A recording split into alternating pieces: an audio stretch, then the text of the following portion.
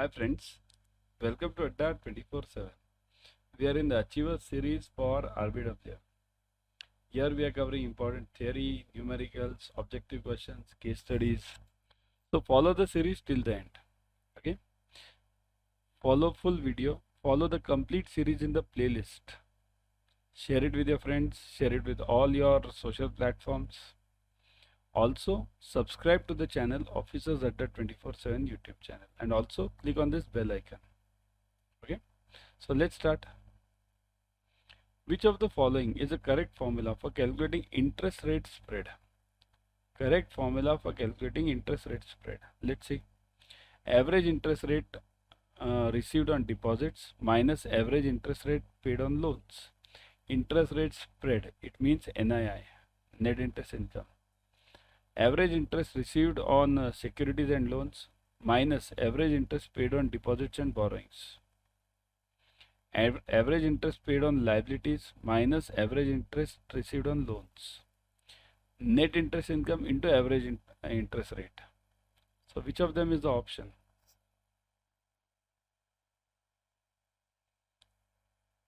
Many of you have typed this immediately A. Okay, all of you type in the comment section. What is the answer? A, B, C or D? Sure, many of you feel as it is A because that is a common thing which we see. Deposits, average interest received on deposits. But do we receive interest on deposits? We pay, right? So this is out. Interest received on loans, yeah, this I can say, securities and loans, and paid on deposits. This can be the answer, and this paid on liabilities minus average interest received on loans. So this is true. C is true, but reverse is the order. Loans minus liabilities. Okay. So the answer over here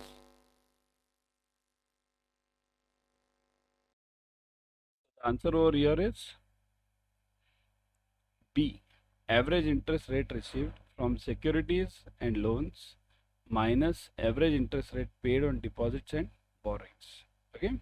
Next one. The dash is the income left over after all the expenses, including tax and interest, have been paid. Now, see here. Gross profit, operating profit, non-operating profit, and net profit. So after all the expenses have been means out. Understand? There is something called as first EBITDA. EBITDA. EBITDA means earnings before interest, taxation, depreciation and amortization. From here first you remove D and A. Okay, so you subtract this, you get EBIT. This EBIT is also earning before interest and taxes. This is also called as operating income. Okay, or operating profit, anything. Okay, from here you subtract interest and taxation. Now you get EB. This EB is known as, also called as NPAT, net profit after taxation. Okay, so this is the whole sequence. EBITDA, D&A, then subtracted. Above EBITDA there is gross profit. Okay, so the answer over here is net profit. Actually this net profit word is not correct, exactly not correct, because there are various types of net profits. Net profit can be before taxation, net profit can be after taxation. Net profit, this EBIT is also called as net profit in some of the books, but it is called as operating profit. Now it depends on for what do you require. That's important. What do you require? If you require it for giving the dividends, okay, so if you require it for giving the dividends, it will be called as this, it will be NPAT. If you require it before giving the dividends, if you want to pay the taxes, how much tax is payable to me, so then EBIT can be called as net profit. So it depends on at what level do you require it. Here, the third level of profitability is basically net profit, which is income left over after all the expenses, interest, taxation, everything is deducted. Okay, so basically I can give you one example. That example is, suppose if the interest is 5 lakhs and taxation is again 5 lakhs, let's say the net profit is this 20 lakhs EBIT. So it can be, what will be a NPAT then? 20 minus 5 minus 5. So that is equal to 10. Logic, right? So this 10 lakhs, whatever is remaining here, I'll show you over here. That's better. This is my EBIT. EBIT is, let's say, 20 lakhs. 20 lakhs. Minus tax, interest. Interest is again 5 lakhs. Taxation, 5 lakhs. So what is remaining now? 10 lakhs. Now what do I do with this 10 lakhs? This NPAT, this is NPAT. What will I do with this 10 lakhs? Here, this 10 lakhs I can distribute, because that's important for you to know. This net profit, what do I do? This net profit, I have two ways. One, I can give it as a dividend. Dividend to my shareholders. I'll distribute it. All my shareholders will be happy. Second, if I don't give dividend, then I'll keep this in R&S, reserves and surplus, for my further projects. So this way this NPAT is distributed. Either this, or a combination of this. It can be a combination also. Some part I can give it in dividend, some part I can give it in this R&S, reserves and surplus, for future products. Okay. There was a this Reliance company, there was a time, almost 10-15 years. If you see the Reliance between 1999 and 2012, roughly 12-13, you check, they didn't give any dividend at all. Then also the share price increased, but they didn't give any dividend. So they, whatever net profit they got, they have invested in that R&S, and that's why they have so much huge cash right now, and that's why they can be in various businesses. Okay, got it? Which of the following is incorrect regarding the data related to Indian banking system? Incorrect. 45 foreign banks, 15 public sector banks, 21 private sector banks, 53 urban scheduled cooperative banks. Now, which of them is incorrect now? 45 foreign banks? No, see here, the figure can be here and there, 1 or 2. Because by the time we discuss, when the book is printed and by the time things happen, there can be a change, slight 1 or 2 changes. But which one is definitely incorrect? Definitely incorrect. Definitely incorrect is, the incorrect statement is about this B, public sector. This is, you want a false one, false. There are not 15 public sector banks are not there. 15 are not there. Then you'll say 15 are not there, then which, how many are there? How many of you can answer in the comment section?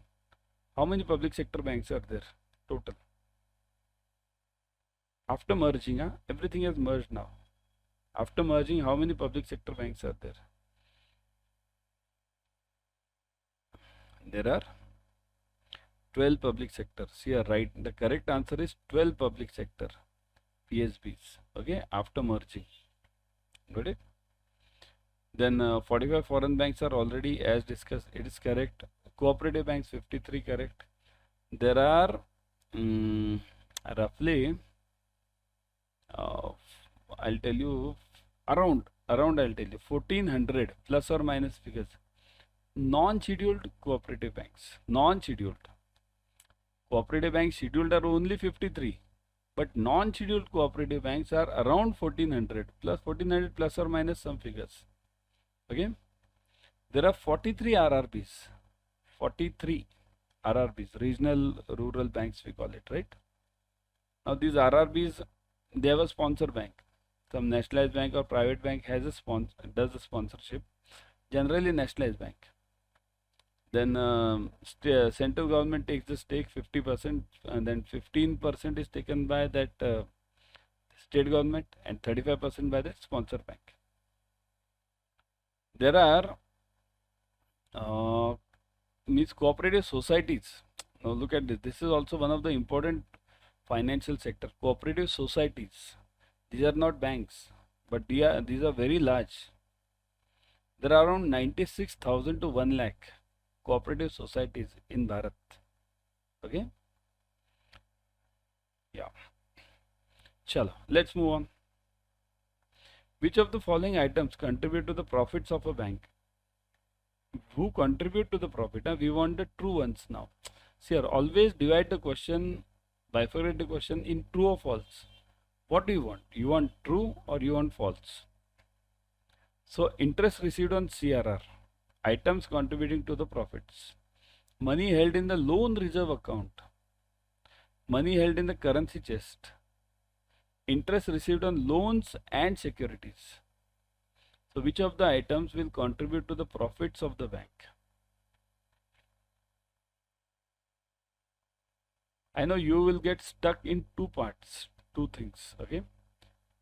The answer is a fight between A and D. A and D. Interest received on CRR and interest received on loans and securities. So which one? Profits. So it is D. Okay, D. Interest received on loans and securities. That is a major source of income, right? All the assets can be used to earn income because the banks must have the cash to satisfy the withdrawal, right? Why do we have loans? So that we get income, and whenever the depositor comes, we can give him the money. The required cash is held in vaults, currency chest, everything. Inside this ATMs. But that doesn't earn any interest, right? What is there in currency chest will not give you any interest. What is there in ATM will not give you any interest. In your vault also, will it give any interest? No. So that doesn't add to the income. Banks also keep their funds in accounts with the regulator, means for CRR, SLR purpose. Bank doesn't get any interest on CRR. What is given over there? See this, interest received on CRR. Many of the books still give that it's 3.5, 3%, 3. No interest is given on CRR, no interest, okay? So interest on the received on CRR is totally wrong. You will never get any interest on CRR, okay? So SLR, what about SLR? Do we get interest on SLR? Okay, that's a separate question. That's not a part of this question, but then also I'll tell you. In SLR, you earn the coupon amount. How do we keep the SLR? SLR is kept in bonds, government bonds, even some T-bills can be purchased. But let it be any bond, let it be T-bill or let it be government bonds. It will fetch a coupon. Coupon means interest. So that bonds will give the interest. Okay. CRR is kept in cash, completely cash. So cash kept will not fetch you any interest. Okay. For this loan reserve, what is this second one? Loan reserve account. That is not a part of your income at all. What is this loan reserve account? This is a provisioning part. We call it PCR, provision coverage ratio. Whatever amount I am having, means whatever can be my further NPS, future NPS, for that I am keeping this loan reserve. How can I calculate it in my profits? It can't be calculated. Okay. The money held in this loan reserve accounts will basically, it's not a profit. It is for the future. Okay. It can't be counted as my income. Got it? Consider the following statement and choose the correct answer. Choose the correct one. You want the correct one now. So true. Low interest rates along with stiff competition among the banks positively affect the bank profitability. Is it so? Low interest rates positively affect. NPA reduce the profitability due to increase in operating costs and decline in the interest margin. NPA reduce the profitability due to increase in the operating costs and decline in the interest margins. So is this true? Only one is true, two is true, both 1 and 2 are correct, and both 1 and 2 are incorrect. Think of it. Is it both? Low interest rate will have the positive effect? No, it won't. So this is false. What about this? NPA reduce the profitability due to increase. Yes, it will reduce the profitability. Why? Due to increase in operating cost. Operating cost will be increased because your income will be reduced and you'll have to put more money, more capital for these NPAs. So only B is correct. True. Okay. Always remember few points about this. See this. There are various factors which reduce the profitability of any bank. It can be macro, it can be micro. Macro means what? It's related to the economy and the industry as a whole. Means if the GDP increases of any country, then even the banks increase in their book size or their profitability. Okay, and reverse is also true. GDP decreases, banks will always face the heat. Okay, so that is basically macroeconomic. And micro means what? Micro is related to the industry as such, means bank as such. Sure, it's not banking industry, it's typical bank. SBI, PNB, HDFC, this is related to the typical bank, not the banking industry. Okay, so industry specific factors are known as microeconomic. Got it? And this higher NPA is a part of your microeconomic part. Got it, everyone? Next one. Which of the following is not the desirable behavior to be adopted by the branch head as a part of increasing branch profitability? Means your target is what? Increasing branch profitability. So not a desirable. So you want false. Always, as I say in every question, focus what do you want. You want the correct one or you want the wrong one. Here you want the wrong one. So think in that direction. He or she requires to be nice and appreciative to the branch staff. If somebody does something good, that branch manager should immediately give that golden banana scheme, means some recognition. There should be proper reward appreciation for good workers.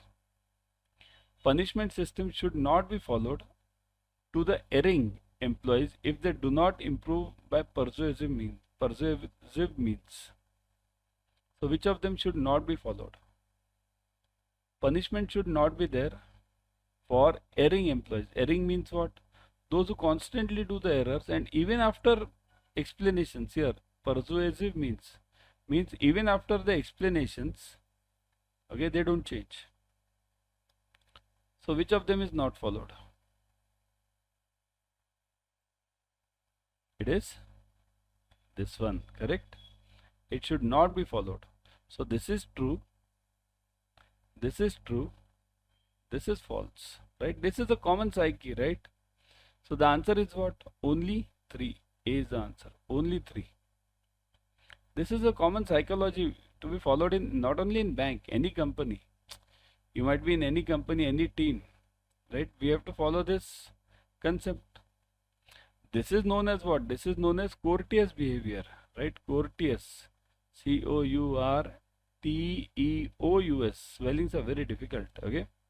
Courteous behavior means basically branch head will be good to the employees, good to the customers, both of them, okay? Because what is branch head? Branch head. Head means what? After all, that branch head, he or she is a guardian of that branch. Guardian means like the parent. So they need to be focused on the employees as well as the customers. If somebody is erring, means somebody is doing some fault, they must definitely explain that employee once, twice. But if after that also that employee is not changing, so in that case we need to take some punitive action, right? Because after all, that's also important. Otherwise every employee will act in the same way. Okay, there should be a proper reward and punishment system. Sure, both of them should be there, but punishment shouldn't be harsh. Okay, got it? You are given the statements labeled assertion and reason. So one is the statement, second is the reason. Okay, find the option, choose a correct answer. Means which one is matching or which one is correct. Let's see, what is the statement? Current account, savings account, means basically CASA, are very important performance indicators to increase the profitability. So CASA is the best for increasing the profitability. How many of you have agree? How many of you do agree to this? Type yes in the comment section if you agree to this. CASA is the best performance indicator. How many of you agree to this? Yeah.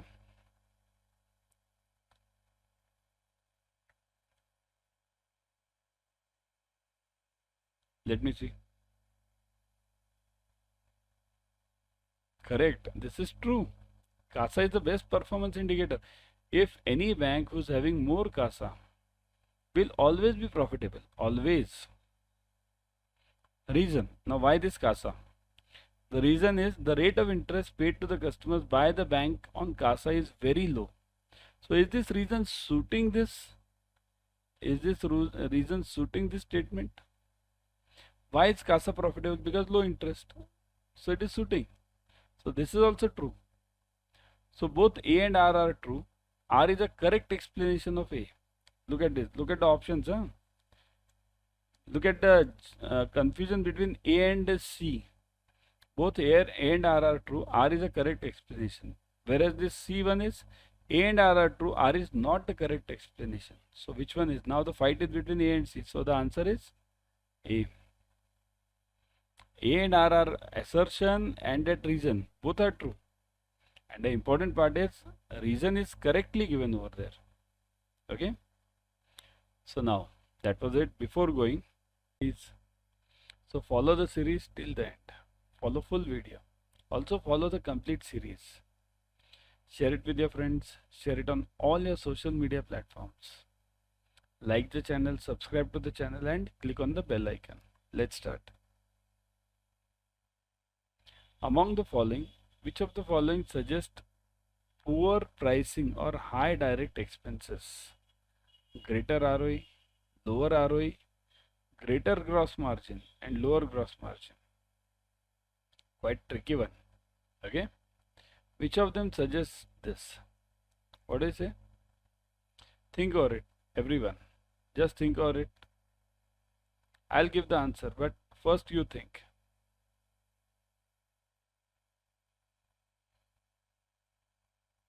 Yeah. Okay, first I'll explain you what do you mean by this. Okay. The question is, look at this. Poor pricing or higher direct expenses. Poor pricing, which will show that it's a poor pricing. So lower ROE. Of course, here greater margin will not reflect poor pricing, right? So these are out. This is out and this is out. Either the answer will be lower ROE or lower gross margin. Either of these two. Now it's the biggest hint. Now you think.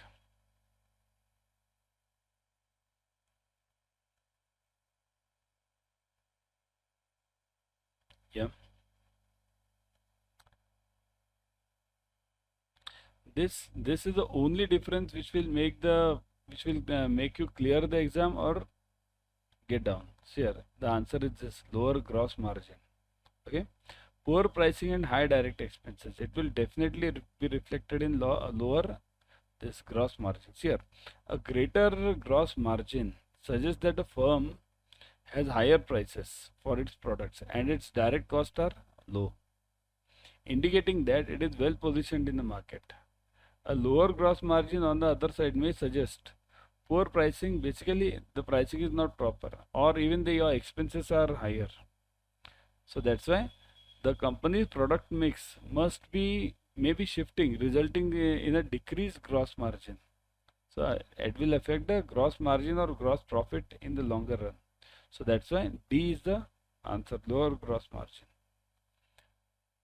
Among the basis of the parent metric and the derivatives, which of the following is misfit among the following parent metrics? So among them, which of them is misfit? Misfit means not as per the others. Simple. Not as per the others. Now this you can definitely see it over here, right? It is, the answer is obviously D, ROA. Why? Because others are having what? RA. Everywhere you are seeing RA except this D. So D is the answer, it is misfit. But what do you mean by this?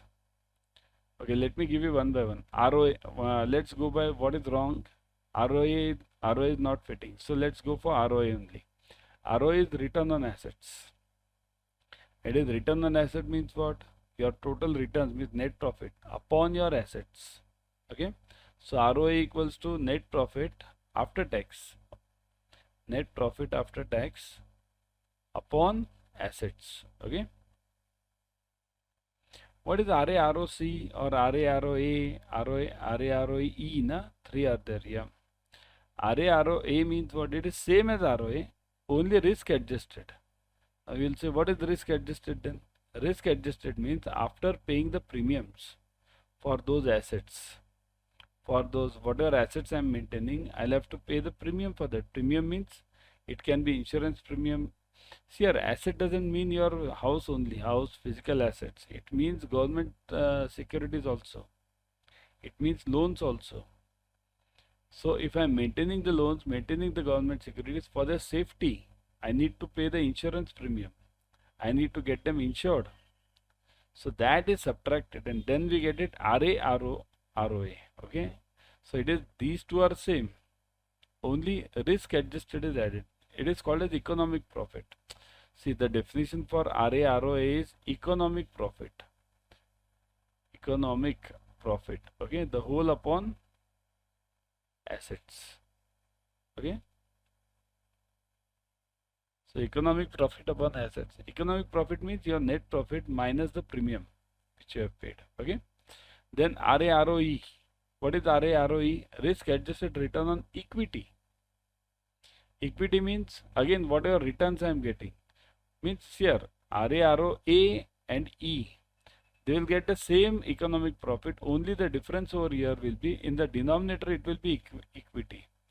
Economic profits. This will be same. Okay. Upon denominator is equity over here. Equity or capital you can call it. Okay. And RA, ROC means return on capital. So this capital is taken over there. Okay.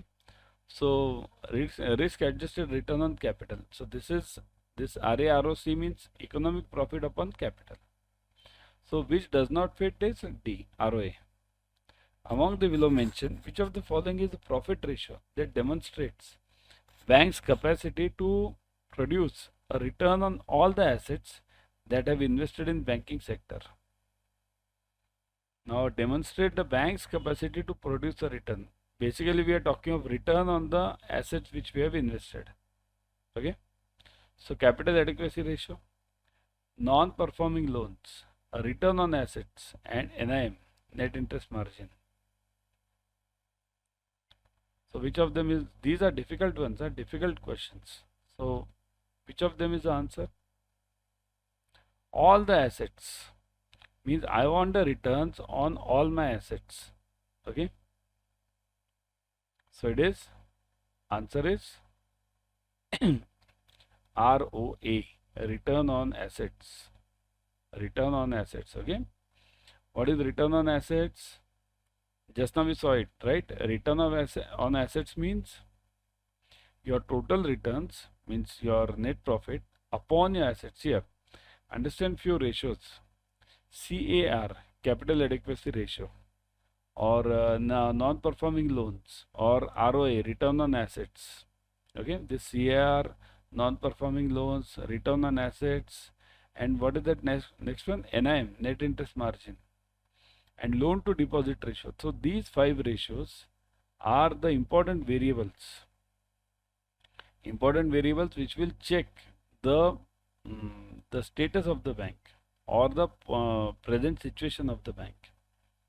A return on asset is a profit ratio that demonstrates the bank capacity to produce the return on all the assets that have invested in the banking sector. Means suppose if some investor has invested in you, so how much return will that customer get, that investor get? That also, and from your point of view also, you can also calculate your own ROA. Whatever assets you have invested, means mainly in bonds, what are the returns you are expecting on that? So ROA means any asset in which you have invested, you must get the returns for that. The most popular and important ratio for determining bank's profitability is ROA. Okay. Hence, this option is C. Okay. One second.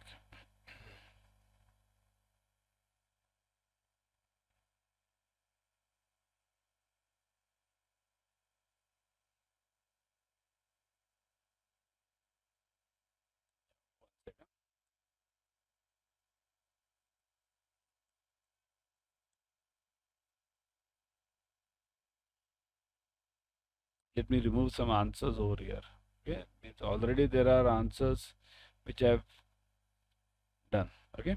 So ROI trees can be viewed using the multiple lenses to manage performance across which of the following dimensions.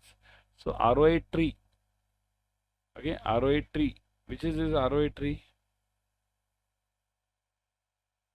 ROI tree is, see here, answer already I have given over here, all of the above. For others I have removed it.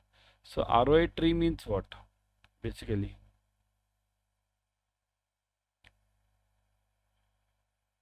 Yes. In the comment section. Let me see in the comment section.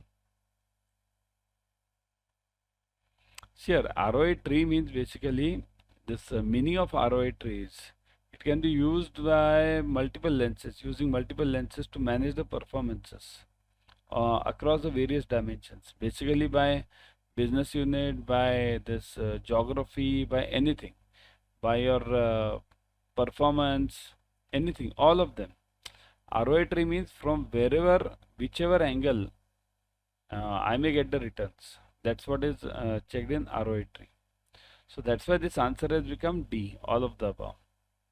Okay, it can be by business desk product, it can be by transaction counterparty, it can be by geography. It means, what does it mean? Bank will always, bank management can also always think in the point that the business unit, which business unit is giving you higher profits? Is it trade finance? Is it treasury? Is it retail banking?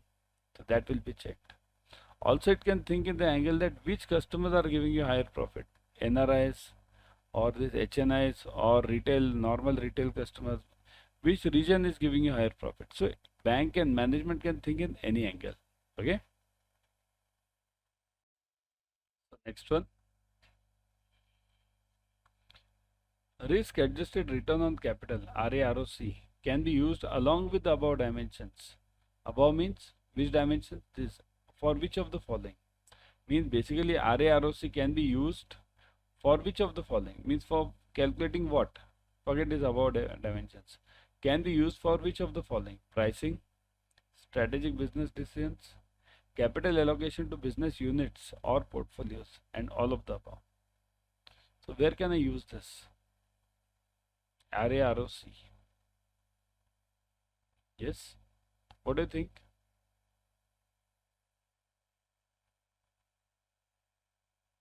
It will be for basically all of them. Okay, it can be used for pricing also, it can be used for strategic business decisions also, it can be used for capital allocation to business units also, all of them. Basically, what is RAROC? It is return on capital. And what is RA? Risk adjusted. Already I have told you, pay the premiums, economic profit. Okay. So RAROC is basically this. It can be used everywhere and anywhere. Okay. Next.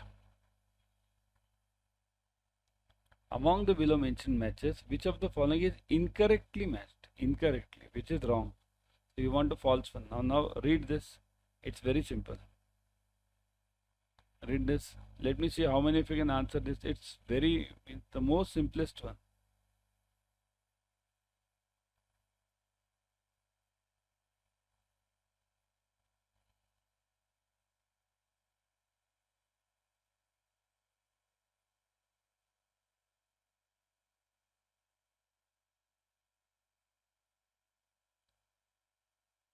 So the answer is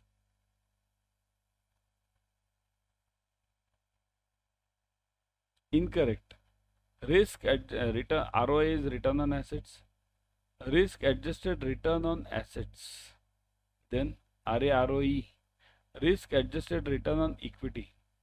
RAROC, risk adjusted return on capital, and none of the above. Incorrect. You want the incorrectly matched. The answer is E. Incorrectly matched. All are correctly matched. ROA, return on asset. What is the purpose? Why do we have ROA? For doing the asset management without risk impact. Asset management means not only your physical assets, your loan assets also. Why do we do ROA, risk adjusted return on assets? Why do we do that? Asset management with mitigated risk management. With means here I am paying the premium. I told you now, paying the premium. ROE, why do we do ROE, return on equity? GL return, see this GL, this is related to GL, this is ROE is related to P&L. Remember, ROA is related to balance sheet. So GL return without that again that risk mitigated impact, risk impact. Okay. RAROE again GL returns with that premium now. Okay. RAROC risk adjusted return on capital, fully risk based profitability, means capital how much have I invested and what are the returns I am getting. Purely it's based on my investment and my returns. There's one more term that's called as EVA, economic value addition. It's again fully risk based profits. This is not given over here, but there's a term called as EVA. That is also very important. Economic value addition. Okay, economic value addition.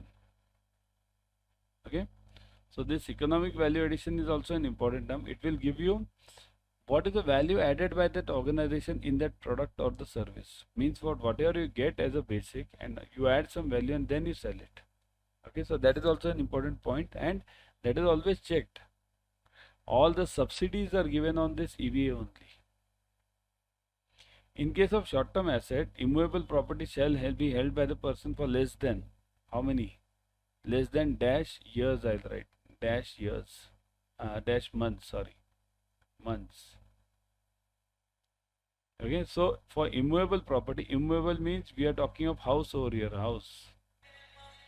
Okay, so it will be held by. So we are talking of house over here. House means here it will be immovable property. That is basically 24. See here, there are basic rules for this. If you have a immovable property, immovable means house. Okay, then the rule is you should hold it minimum for 24 months. Okay, 24 months. If you have a movable property, movable means it will be gold. Okay, gold. You should hold it for 36 months for that long-term capital gains. Huh? And if you have shares or mutual funds, equity mutual funds, okay, shares, equity MF, then you must hold them for 12 months. So these are the rules basically. So here we are talking of immovable property. So for short-term capital gains, you must hold it for 24 months. Beyond this, if you hold it, then you will be then that long-term capital gains will be applicable for you. Okay, clear? Banking products such as core savings accounts, personal accident cover, housing loans comes under the category of which of the following needs? Physiological, social, esteem, self-actualization. This already I have taken many times. Okay, so it's basically this physiological, right? Maslow's logical, right? That is Maslow. We are here talking of Maslow's hierarchy, isn't it? Maslow. So physiological, then safety, social, then what? Esteem, and last one is actualization. Okay, so these are the 5 levels of Maslow. So these 5 levels of Maslow, these go from the lowest to the highest. Okay, this is the poorest person, this is the highest richest person. So this core savings account means we are talking of BCBS. BCBS means what? Jan Dhan account. So that be applicable to, of course, physiological A, isn't it? So personal accident cover, housing loans, so these are all applicable to physiological. See here, it doesn't mean that accident cover is not needed for esteemed client. Of course, everyone needs this. Personal accident cover, housing loans also, they are needed by rich persons also. Only the point is here is core savings account. So this will make the difference. Okay. So that's why the answer is physiological needs. An education loan up to what amount is given for studies in India?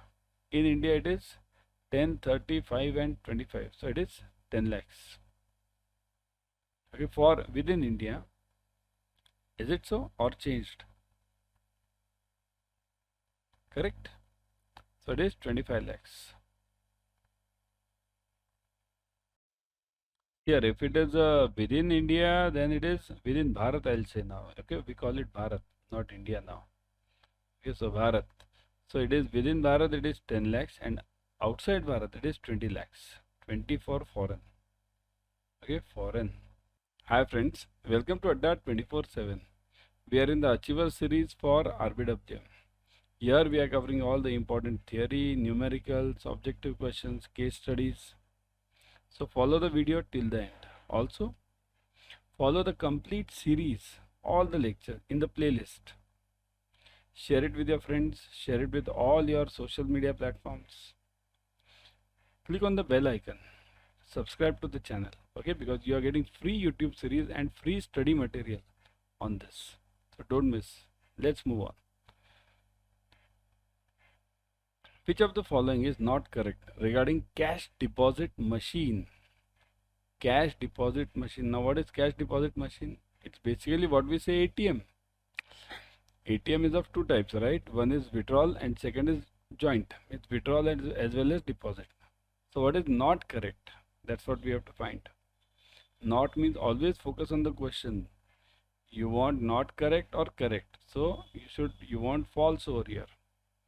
The CDM are self-service terminals that allow you to deposit cash during banking hours. Both state-owned and private banks offer this facility where account balance is credited instantly. Customers will receive a transaction receipt for each successful transaction. Banks can also be made in different payments can also be made in different accounts using this machine. So which one of them is not correct? Think over it. Seems to be simple, right? So what do I say?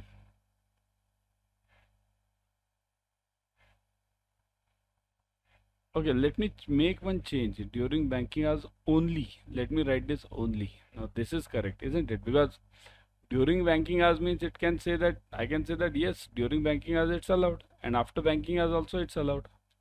So if I say only, now the thing changes. Now it's easy for you, right? Now think. The answer is this, false. It allows you to make the deposit during banking hours also and after banking hours also, all the time, right? What is a CDM? Cash deposit machine is basically just as described earlier, self-service terminal. It ends the problem of standing in long queues at the cashier's counter, right, to deposit the cash. Fastest and most reliable system, okay, very easy to handle, and all the banks, private and nationalized, all these banks have started this, okay. So immediately the receipt is received. So all of them are remaining things are true, okay. Payment is immediately credited. It can be credited to different accounts, whichever are linked to your card. What all accounts are linked, you can definitely credit it over there, okay. Next one. From the information below, find X. So this is find X. Who is this? Find the CID scheme now, okay. CID scheme or CBI scheme is going on. You have to find this person X. X essentially involves collecting data from several disparate sources, means different sources, to build a central data warehouse to store and analyze the data. It typically stores the internal and data pertaining to its competitors. Data mining techniques can be applied for the knowledge discovery. X also allows banks to perform time series analysis, online analytical processing (OLAP), to answer various business questions that would put banks ahead of the competitors. Data storage, data algorithm, data processing, and data warehouse. Technical question, more of a technical question, right? Very difficult for the bankers as such, isn't it? More of a technical question. What is the answer? Sure. The hint is in the first line only. Collecting data from several disparate sources to build a central data warehouse. Where is central data warehouse? Look at this. Data storage, algorithm, processing and warehouse. Here itself is the answer. The answer is the data warehouse, right? Data warehouse is a technique where the data is stored. Have you seen the data warehouse? Anyone? Have you seen the warehouse? Have you seen the warehouse? Now, how does the warehouse work, or how does this data mining work? Data mining, data warehouse, how do they work? Have you gone to the malls? Shopping mall? See, this is a mall, right? This is a shopping mall. Here you have clothing section, clothing, right? Then here you have computer section, computers, right? All the electronic goods are kept over here. Then here you have that what vegetable section, vegetables. Here you have what, I won't name all of them now, 1000 sections over here, okay? So now the point over here is, what is this? This is a warehouse. Suppose if you enter from here and you want to buy the clothes. You won't go to this section, vegetable. You won't go to this section. You'll directly go to this section. So that is data mining. What is data mining? Whenever you want any data, you go to the typical section and get the data. And this data is kept in various sections in data warehouse. This is known as data warehouse. Complete thing, this mall is known as data warehouse. Okay? Warehouse. And what you purchase, suppose if you want to purchase vegetables, you won't go to this clothing or computer section, you'll directly go to vegetable section. That is data mining. So this getting this vegetable is data mining. Data mining, okay? Whatever you want, you'll get that only. You don't go for anything else. Okay?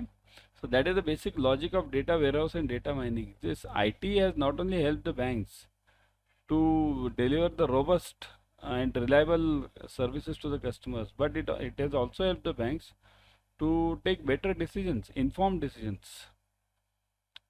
Here data warehouse plays an extremely important role. Warehouse means it will store all the data whatever is available in the banking system.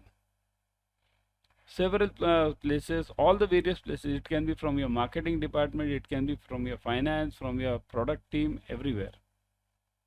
So it stores both internal and this data pertaining to the competitors also. These techniques can be applied to data warehouse for knowledge discovery. Even HR uses this heavily, okay?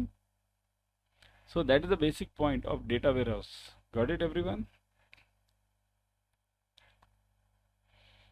Given below are the statements labeled as assertion and reason. From the options below, choose the correct answer. So assertion means what? This is known as a statement. Statement. And there, for this statement we have a reason. Reason. Why this statement is true. So now we have to check whether this statement is true or whether this reason is true, whether this statement and reason are matching or they are not matching. So let's look at this. The assertion. EMV technology brings more security to cards and mobile payments. Statement. Reason. The information transmitted in the card is encrypted and tokenized. So now look at the options. The options are both A and R are true. Both are true, and R is a correct explanation of A. A is false, R is true. A and R are true. R is not the correct explanation of A. And A and R are false. Now think. Yeah.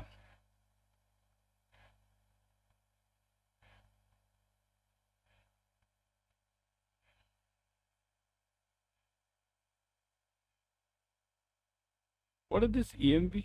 Do you know EMV? What is EMV? EMV is that small metallic square which you see on your credit and debit card. Nowadays we everything see that yellow metallic strip, right? Not strip actually, it's a spot. You see that spot, right? Modern days means nowadays older credit cards are gone. Okay, so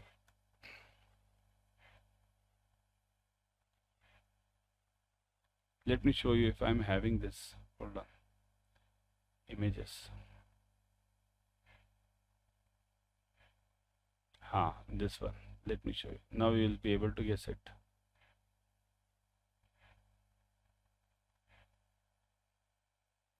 See this.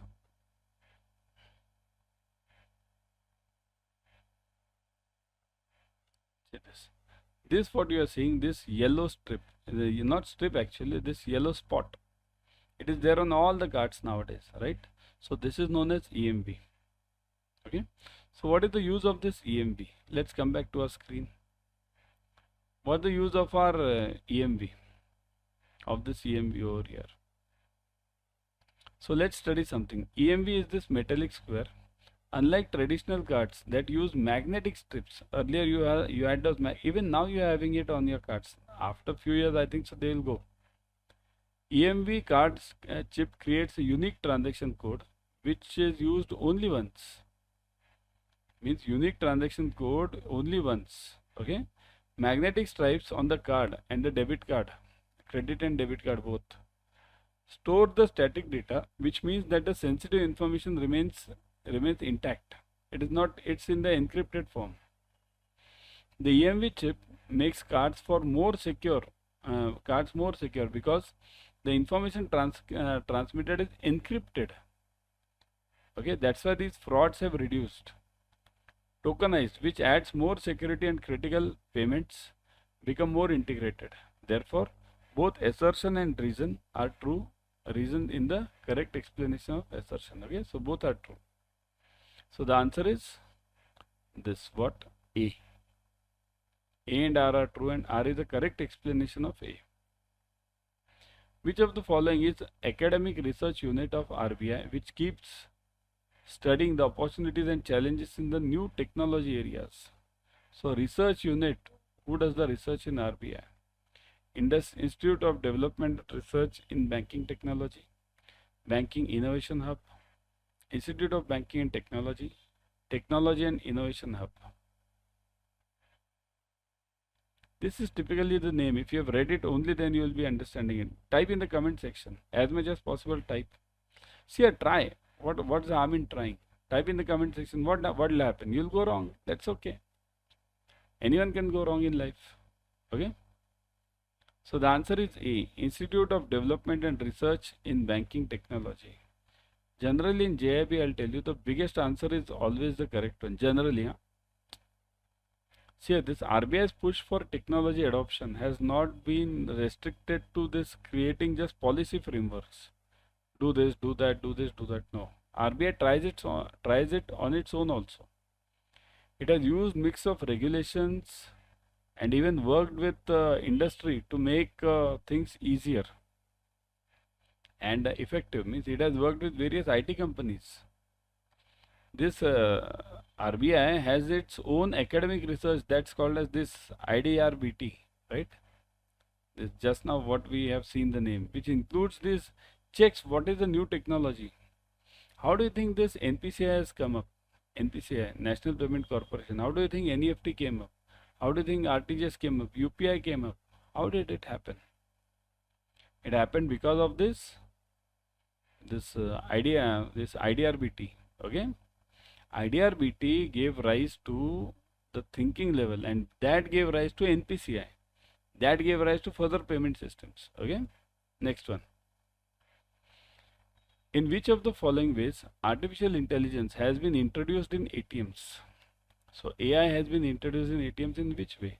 Machine learning for cyber security, forecasting ATM cash demand, voice recognition of the customer. So 2 and 3, 1 and 3, only 3, 1 and 3. Should it be all of? Machine learning for cyber security. Yeah, now that's a problem. So what is the answer?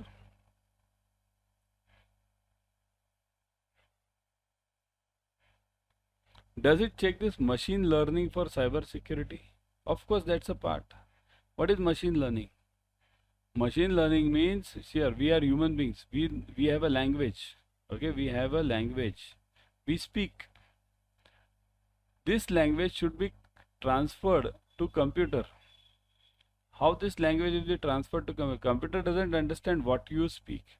It only understands 0 and 1, that bits and bytes. So this transferring the knowledge or language to the computer is known as machine learning. So that is a part of AI. So that is true. Forecasting ATM cash demand, that is also true. Forecasting ATM cash demand, that is to be done. That is to be done in a more particular way, so that no ATM is dry, cash dry. Okay, so true. Voice recognition of customers, up till now it is not there, but it can be there. Means today it's not there. In future it can be there. So the answer is only 1 and 2. So answer is B. Okay.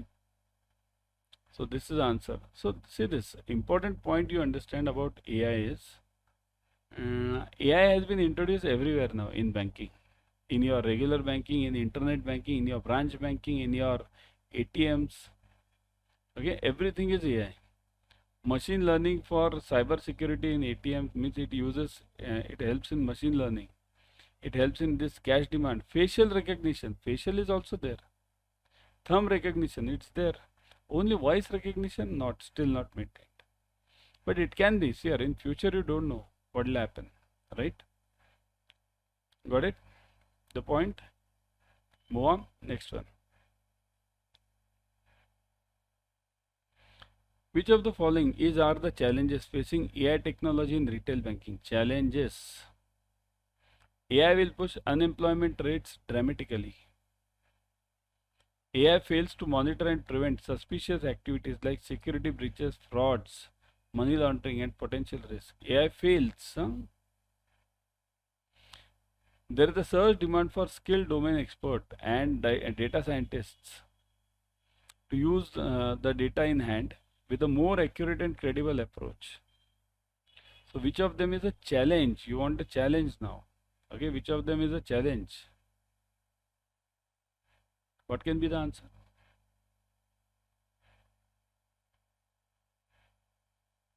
Challenge. So the challenge is AI will push unemployment rates dramatically. That is the one problem faced. That can be, here it will be handled definitely, but it is a challenge now. Okay, it will be handled.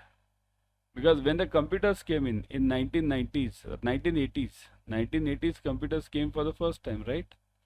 At that time everyone thought that jobs will go. There will be no jobs left because computer will do all the jobs. Did it happen? Jobs increased. Same thing with AI also. This is just the fear in the mind of human beings, common employees, that due to AI our unemployment will go. But that is a fear. So that's a challenge today. So this is true. AI fails to monitor and prevent suspicious activities like security breaches, frauds. Is it so? AI fails. AI doesn't fail. This is a fail. This is false. AI doesn't fail at all. Because what is AI? AI is human being's brain, but thinking very fast. Okay? So it will never fail. Now you will point out, somebody can point out the examples that see, here it failed, there it failed. This transaction was not recognized by AI. That's why AI is not good. This can't happen.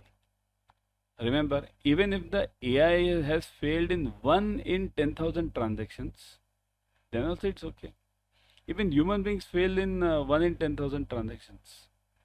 Even human beings fail. So that's not a logic to oppose this AI system. Okay. So AI will never fail in this. So this is not the challenge. Next one, there is a surging demand for skilled domain experts and data scientists. Yeah, this is the point. Because surging demand, because knowledgeable persons are required for AI. So there is a surging demand for that. So the answer will be about 1 and 3. Where is it? C. 1 and 3. So the answer is C. 1 and 3. Okay. Got it, everyone? Hi friends, welcome to Adda 24/7. We are in the Achievers series for RBWM.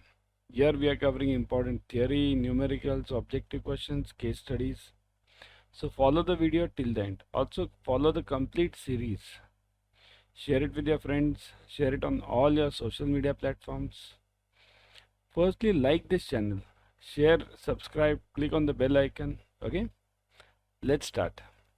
First one, among the following, which of the following products, also called tomorrow's products, with enormous scope for improvement in the changed competitive scenario? Now this is related to the various types of products, core product, augmented product, all these. So which of them are called as tomorrow's products? Tomorrow. Okay. It is generic, expected, augmented, and potential. What is the answer? Yes. Here, let me give you some explanation for this. Always remember, first is always the core product inside, core. Okay, core. Then afterwards comes augmented. Okay, augmented. Then afterwards, from augmented, expected, right? Expected. From here, then latest, then potential. So basically, it means that core product is the basic product and potential product is the future product. So the answer is what? The answer is D over here. Potential product. Potential product may be developed based on the suggestions, new ideas, redesigning of the existing products. Means, for example, like we see the launch of new cars, old cars in the new way, right? So that is the way. Existing redesigning, that Apple phones you see, iPhone this, iPhone that, it goes on increasing. This Pro, Max, that is basically redesigning of the existing products.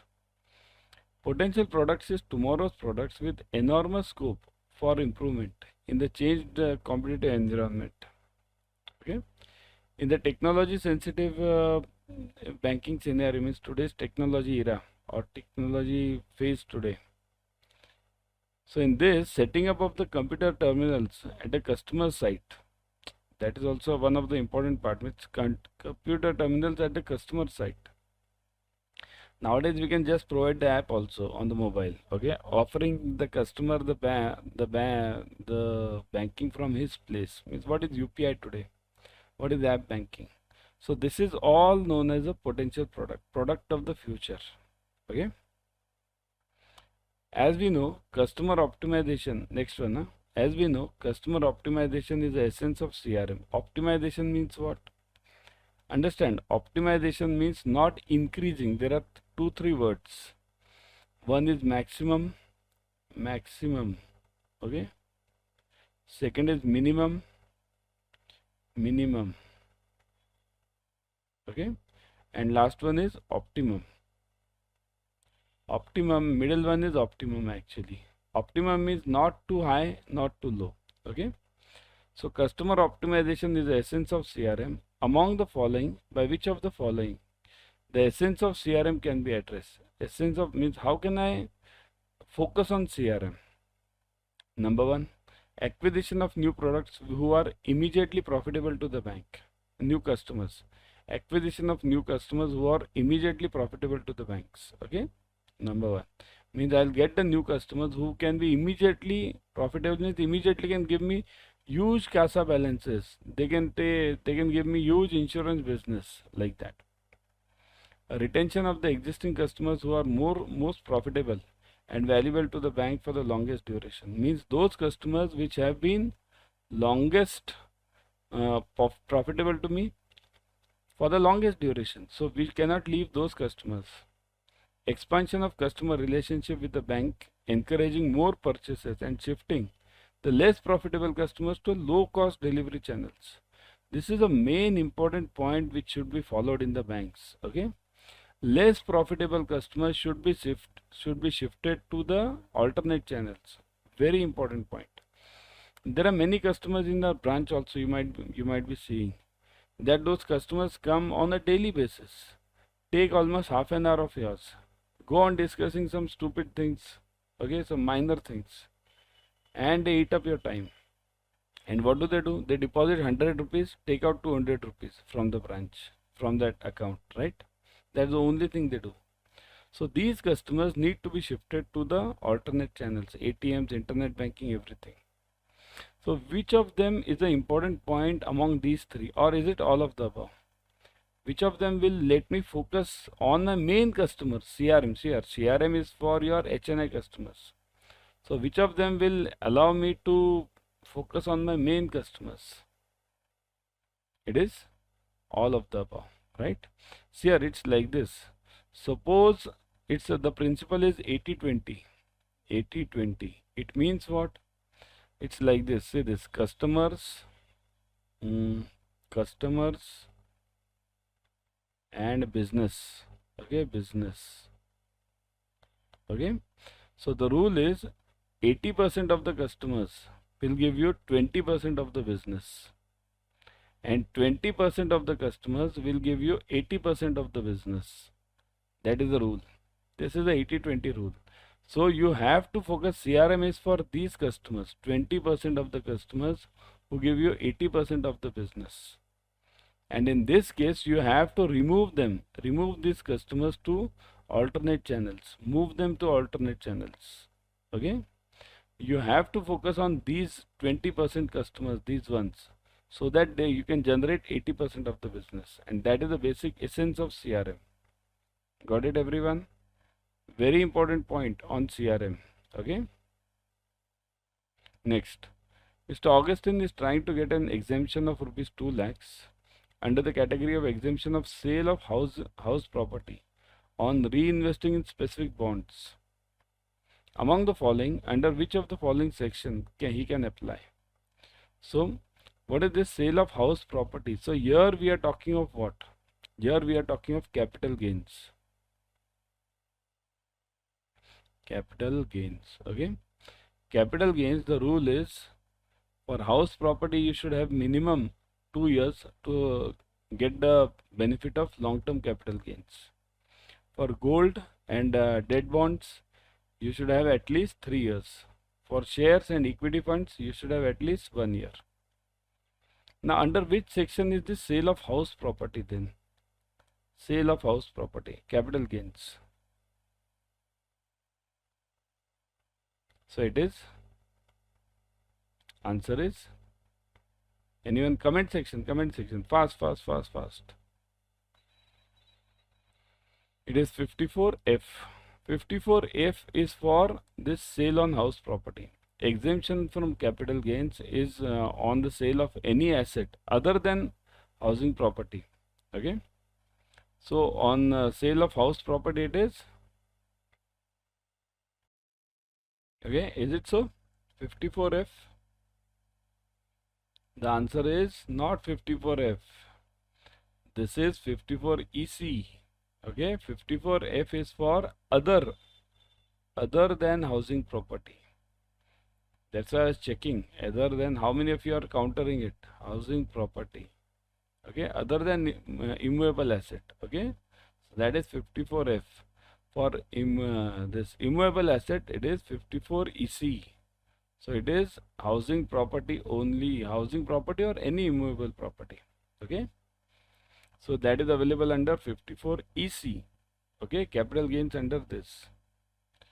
Mr. Arnav is trying to get an exemption of rupees 1 lakh under the category of capital gains on sale of any asset other than housing property. See this, other than. Now this is correct. Now 54F, EC, 56 and 57. Now the answer is 54F. Okay. So here, let me write these sections over here, very important ones, so that it becomes a clarity for you. 54F. Okay. This is for basically other than housing. Okay, let me write it over here only. Okay, 54F other than housing. 54EC only housing. Housing means immovable property. Okay, after that comes 54. After this 56. Okay, so that is for income tax, taxable only in income other from other sources. So 56 is for other sources. Other sources. Okay, then last one 57. So these are the expenditures. This relates to expenditures.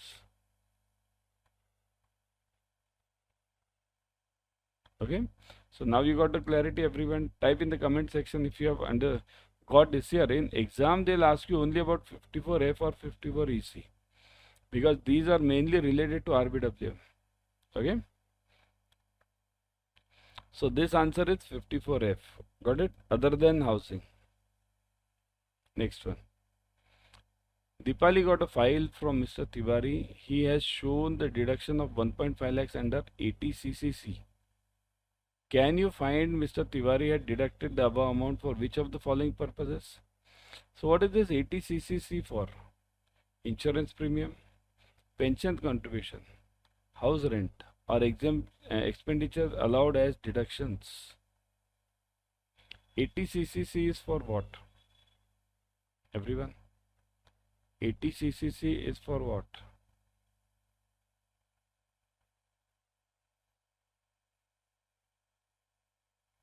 It is for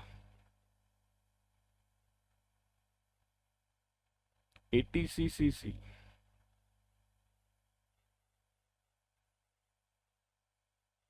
Think over it. Here, 80C you know it, right? 80C you know it. So 80C is for that 1.5 lakhs. Okay. So 80 CCC refers to what? Now look at this. There is a difference in this. 80C is a bigger term. In this comes various terms.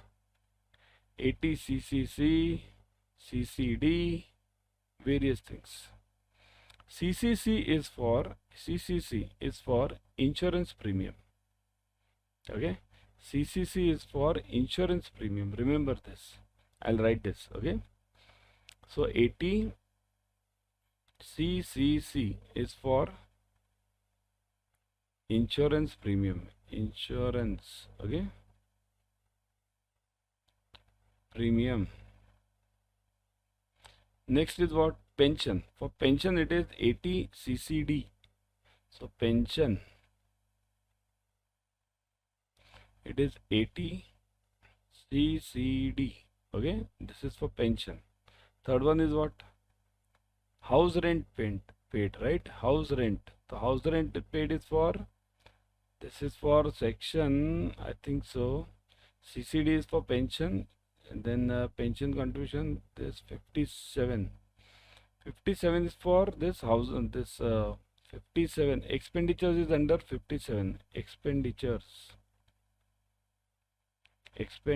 that is under 57. And which is the one remaining? House rent paid. House rent paid will be under paid. Okay, that will be under. You might be doing this now. Anyone try this? House rent paid is under which section? Yes.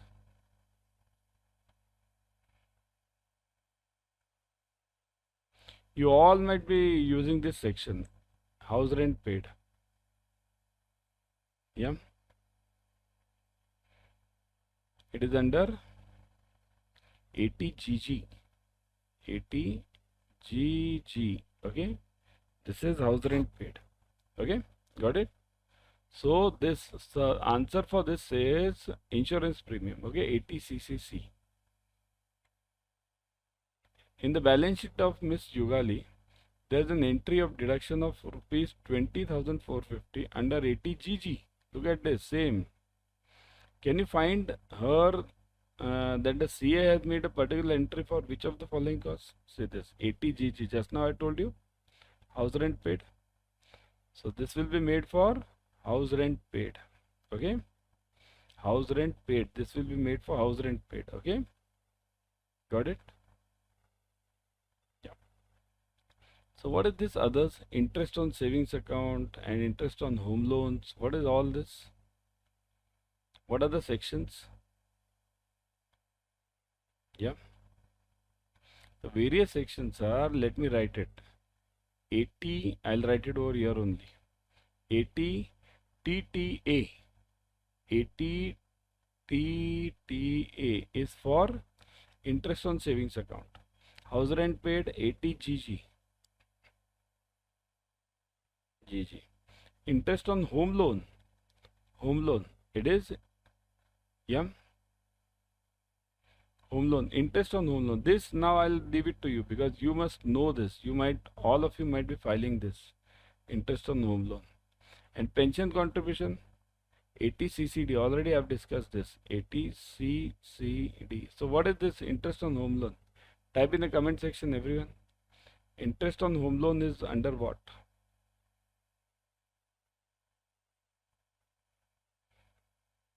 Yeah,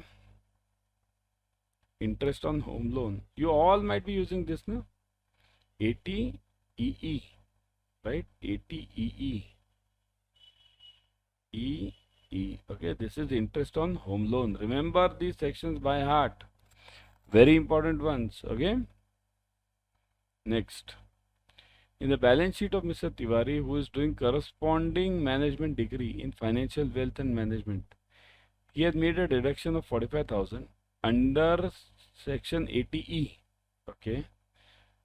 So Mr. Vivek, who is the manager of the Nationalized Bank, willing to know that he has made the deduction for which cause. Can you help Mr. Vivek? So basically, all this story short is this 80E is for which section, which purpose? Okay, interest on education loan, pension contribution, exemption of capital gains on sale of any property other than housing, exemption of sale of housing property on reinvesting of specific bonds. Now first you answer me. I'll answer this. First you answer me the remaining ones. Okay. Pension fund is what? Just now we saw it. Pension fund. Type in the comment section. Pension fund is 80. Just now we saw it now. 80 CCD. Right? Pension fund is 80 CCD. Other than housing, that also we saw. One or two questions before. Say this. Other than housing. Okay, 54F. Other than housing, 54F. And housing, EC. So here it is. Other than housing, 54F. Okay, 54F. And for housing it is 8 and this 54 EC. Right? 54 EC. So these sections are gone. So what remains now? Only education loan. So your answer for 80E is education loan. Okay, your answer is education loan. Got it, everyone? Very important session for today. Too many sections have been discussed. Okay. One more. In the balance sheet of Mr. Madan, who is doing a job in Central Bank of India, he has decided to make an exemption of rupees 1.5 lakhs under the section 54F. So 1.5 lakhs under 54F. Can you find he has made the deduction for which purpose? 54F. Just now I gave you. Now it should be easy for you. Pension contribution, education loan, sale other than assets, other than housing property, and housing property sale. So this is for what? The answer is yes, 54F. Type in the comment section. This other than housing. Okay. Pension contribution is 80. Yes, what? 80. Type in the comment section, everyone. Pension is, you must by heart these. Pension is 80. Yes, CCD. Education loan is 80. Comment section, everyone. Be fast. 80. Education loan, E. Right? Other than capital, this housing, 54F.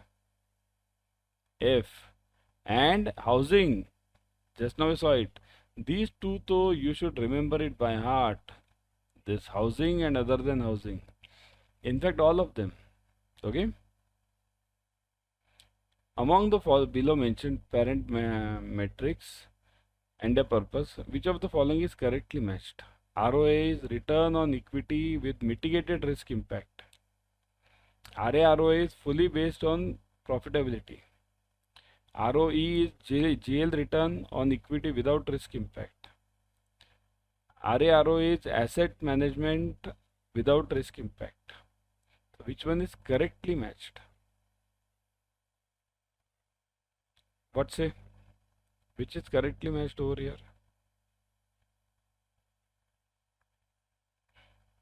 Yeah.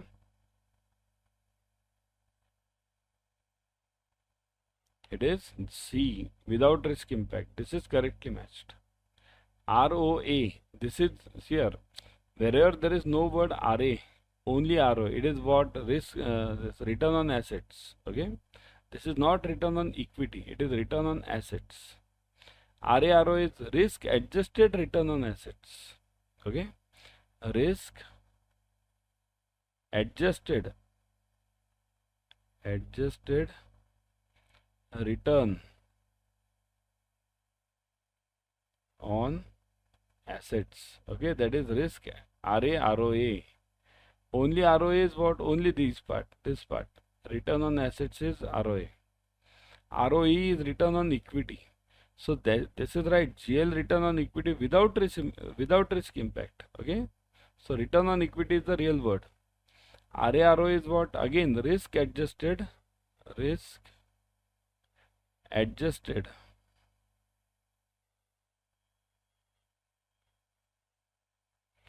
ROE. I'll write just ROE now. Okay, return on equity. Got it? So the correct match is only this ROE, GL return on equity without risk impact. Okay.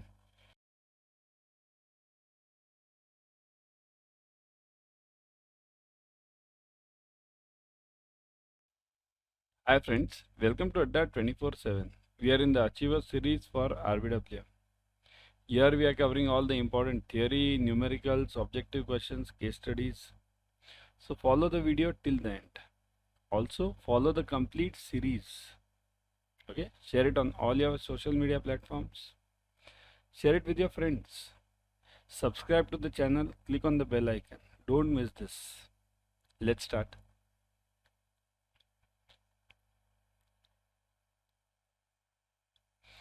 Banking products like recurring, FD, life insurance, endowment products with low premium comes under the category of which of the following needs?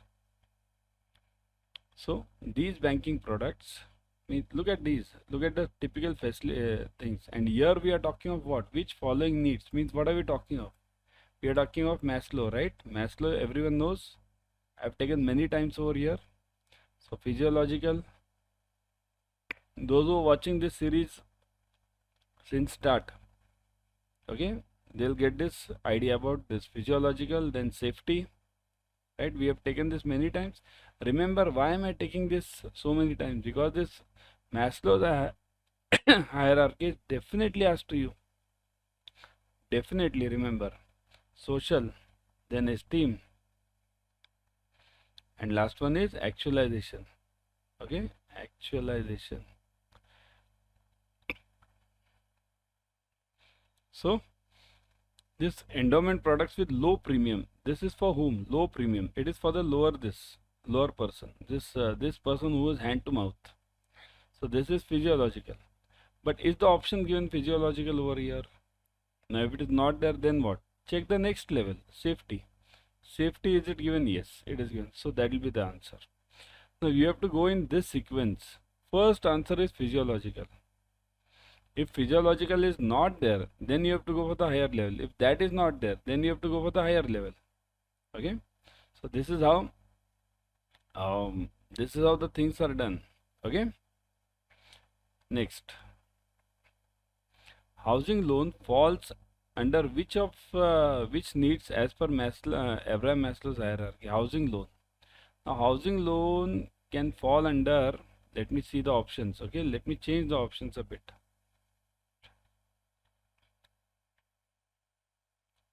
All of the above, I'll make it. So housing loan will fall under which category? Social need, safety need, physiological need, and all of the above. Let me check the real answer from your side. The logical answer over here will be, what will be the logical answer, everyone? What will be the logical answer?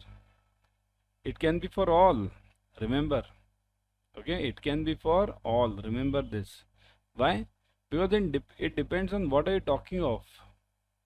For example, suppose if I talk of housing loan, with a low premium. Okay, if I'm talking of housing loan with a low premium, so in that case, low premium, then it will fall under physiological need. If I'm talking of housing loan with a slightly higher premium, it will fall under safety.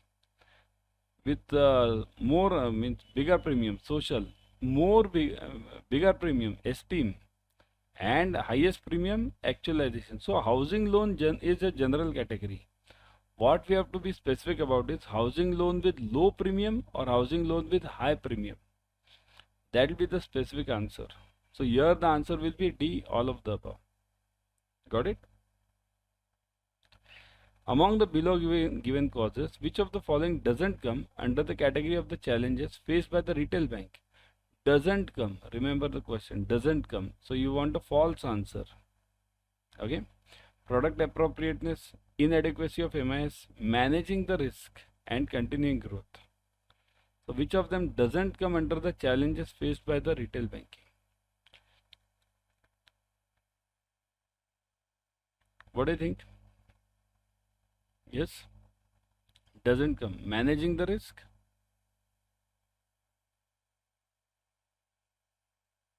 Yeah. Think over it. Think. Very important one. Okay. Very difficult one. To be frank, very difficult one. Which of them can be true over here? Very difficult.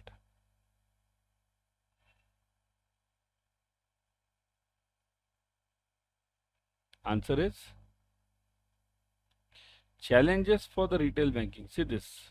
I'll give the answer. The answer is A, product appropriateness. Many of you have typed this correctly. I am seeing in the comment section, product appropriateness. This is not the challenge for the retail banking. See this, inadequacy of MIS, that can be the challenge. Managing the risk can be the challenge. Continuing growth can be the challenge. But product appropriateness cannot be the challenge as such. Why? Because that is a basic need. It's not a challenge. I can't take it as a challenge. I have to be proactive. What is challenge? Challenge comes when the action comes first and you have a reaction. Inadequacy of MIS. How can it be a challenge? Because the population is growing, your customers are growing. That's why you have to maintain that MIS. Product appropriateness is a proactive process. This I have to be in line with the market. If I'm not in line with the market, then the banking doesn't exist at all for me. Right? My bank won't exist. Presence of efficient delivery mechanism, this product appropriateness is the basic need. Okay, so that's why this can't be a challenge as such. The remaining things are okay. Inadequacy of MIS. Okay, I'll give a few proactive things. One is this efficient delivery mechanism. Second is this product appropriateness. Third one is pricing. Okay, pricing. Then scoring models, credit rating, credit scoring, right? So these are basically the proactive things which we have to do. Remaining this inadequacy, managing risk, continuing growth, even this consumer protection, that can be a challenge because that is a reactive approach. Got it, everyone? So product appropriateness is the answer.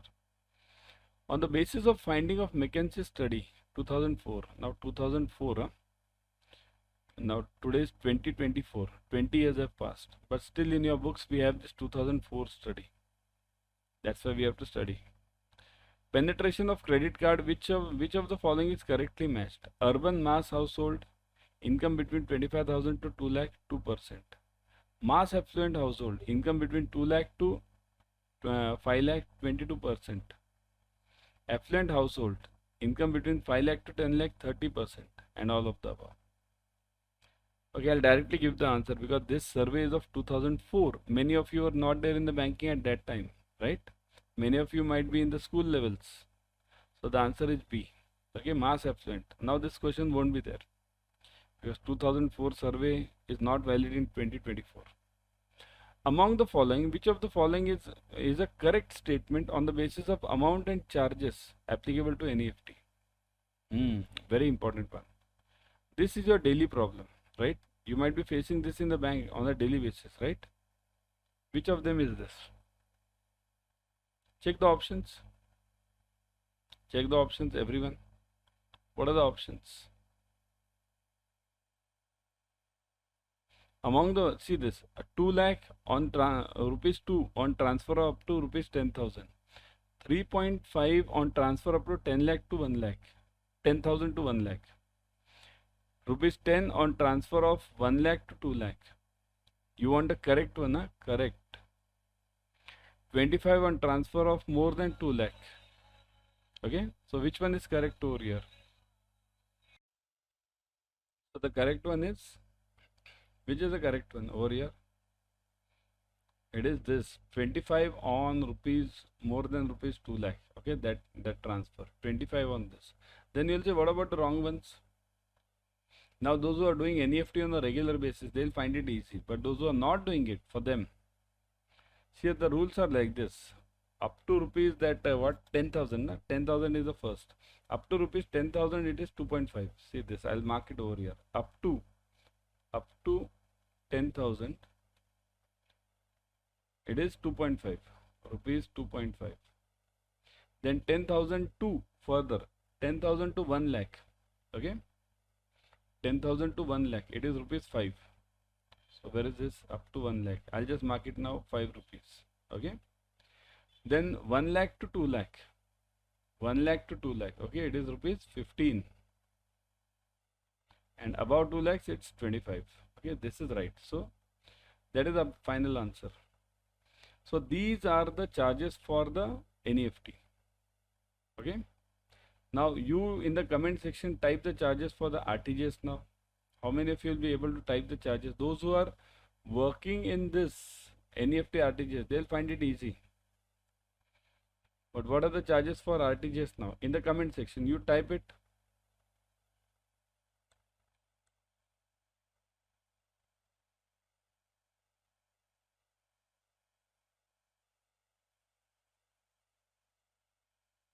Yeah. Let me see. Up to 1 lakh it is. Suppose if you do through the branch channel. These are all for branch channels, right? Up to 1 lakh it is rupees 12. Correct? Means 1 lakh means, sorry, RTGS can't be there for 1 lakh. Above 1 lakh directly. Okay, above 2 lakhs. So for RTGS branch channel is 2 lakhs to 5 lakhs it is rupees 20. Mainly with all the banks. 2 lakhs to 5 lakhs it is 20. And above that it goes on. Got it? So 2 lakhs to 5 lakhs it's generally rupees 20. Above 2 lakhs, above that 5 lakhs it goes on. I think so same they are keeping it. Yeah. What are your bank charges, everyone? What are your bank charges? Okay, let's see that question later. In the meantime, let's move on. Okay, you type in the comment section, everyone. What are the charges for RTGS also? It's taught in the classes also. What does RBI specify? Next one. Among the following, which of the following categories of products is unbranded and undifferentiated? Unbranded and undifferentiated.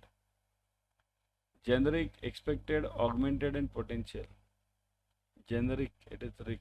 Okay, not genetic. Genetic is different. Generic, expected, augmented, and potential. Which are unbranded. Do you know those generic medicines coming up in the market? What are generic medicines? Generic medicines means they don't have the brand name, right? They don't have the brand name. Means what? If they don't have the brand name means?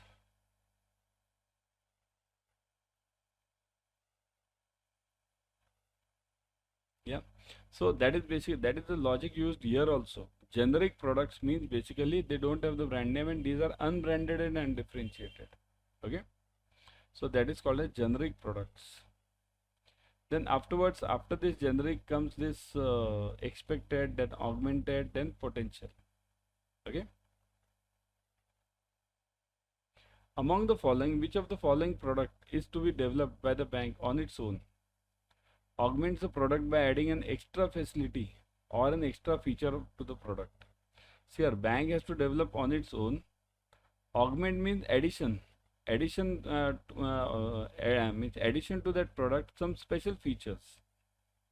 So which is this? Generic, expected, augmented, and potential. So which will be the answer over here?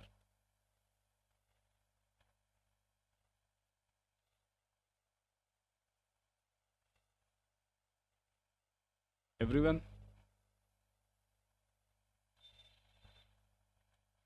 The answer is you are adding some special feature to this. Special feature. So it will be augmented. Okay? It will be augmented. Augmented means what? You are adding something additional. For example, I'll give you. If you buy my savings account or if you open a savings account with me, okay, I'll give you an insurance of up to 2 lakh. 2 lakh insurance, health insurance. So what is that? That is basically augmentation, addition. So you buy a savings account, I'll give you a 2 lakh insurance account, insurance. Similarly, many things else. We have this nowadays. You buy the flat with us and you get a chance to win the car. What is that? Augmentation. Okay. Same thing is used everywhere in business. Augmentations here, something additional you have to give it to the customer. Only then the customer will come to you. Right? Otherwise, why will the customer come to you? Isn't it? Okay. So now let me come to the basic question which I had asked you. How many of you have answered this? RTGS charges? RTGS charges? Yeah, how many of you have answered this? It is? Let me see. I'll give you the answer at the end. Okay? You answer it by now. Among the below mentioned statements, which of the following is correct in context of the characteristics of the retail banking? Characteristics of the retail banking. You want the correct one. Now read this. Read this all, everyone. Think. I'll give you 2 minutes to read this and give the answer.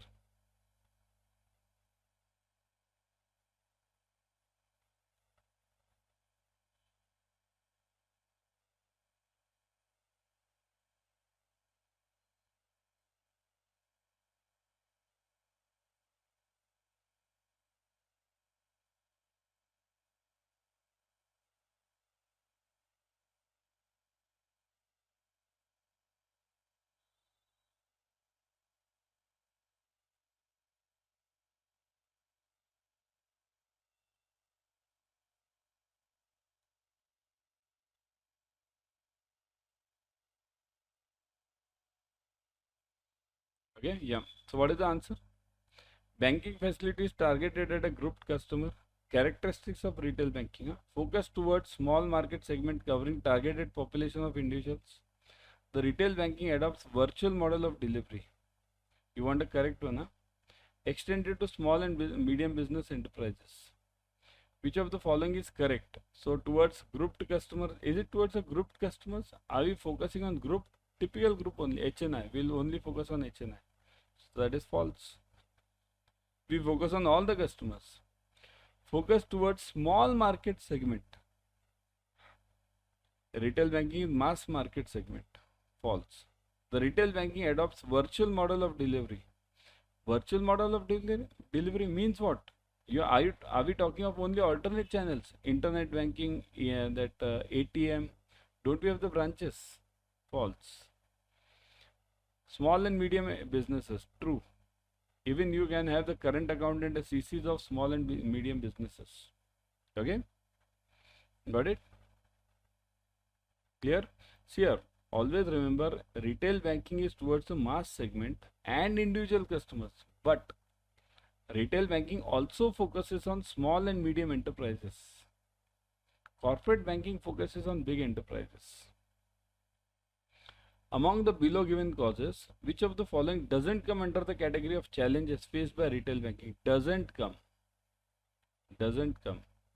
Consumer protection and pricing, inadequacy of MIS, understanding the KYC AML issues, and product appropriateness. Here, we had a similar question earlier. Okay, but the options were different. The options, the consumer protection was not there in that. So that's why same question can come with different options. But the answer over here, again the same answer, product appropriateness is not a challenge. Consumer protection, at that time also I told you that consumer protection is one of the important challenges faced by the banks nowadays. Okay. Now before this, let me take the answer of that RTGS. How many of you have typed the answer for the RTGS? What are the charges for RTGS? Okay, what are the charges for RTGS? The charges for RTGS are as per RBI.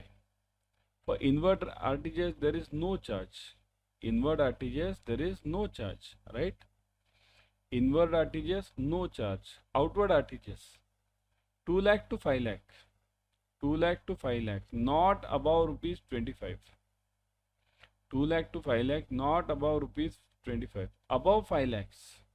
Now that can go to any amount. It should not be above rupees 50. So 50 rupees are the charges beyond 5 lakh rupees. Excluding GST. GST is separate. Okay, so these are the charges. Important, remember. There are separate charges given by RBI for NEFT and RTGS. NEFT already I have discussed. RTGS is 25 rupees up to 5 lakhs. And above 5 lakhs, 50 rupees excluding GST. Okay. Now everyone, before going, join the Power Pack revision batches. These are just now starting, 25th of May. All the numericals, objective questions, case studies, everything is covered. All the subjects are covered. Join them immediately. Okay. How to join it? Let me show you. Go to ADDA 24/7. Okay. Always go through the app. In the app, what happens? You get 1% extra. So that's why go to ADDA 24/7 through the app using the coin systems. Okay. And then click on JIB and CIB. Look at this. Click on JIB and CIB. Click on this JIB and so JIB May 24. You'll see this Power Pack revision batches. Click on this English medium. Ebooks, test series, online live classes, doubt solving sessions, counseling, experienced faculties, live and recorded sessions, everything you are getting. Click on this ebooks. You will see subject wise ebooks. Click on this subject. You will see chapter wise ebooks. Even tests. Tests are to the level of chapter wise. In such details you are getting. And at what rate? What are the charges? Look at the charges. Click on buy now. Put the code Y432. Y432. Click on apply. 77% off you are getting. Plus 1% extra on the app using the coin systems. Okay, so don't miss this. Even you can join the Mahapack. Mahapack is one of the best tools for you to approach your JIB. In Mahapack you get 15 plus batches. Again, ebooks, test series, online live classes, counseling and all these things are already there as they are in the batches. There are various options available, 3 months, 6 months, 12 months. As per your choice you can select. Of course, 80% off is there as I told you earlier. Y432. Apply 79% off on this code Y432 and 1% extra on the app due to the coin systems. So don't miss this opportunity.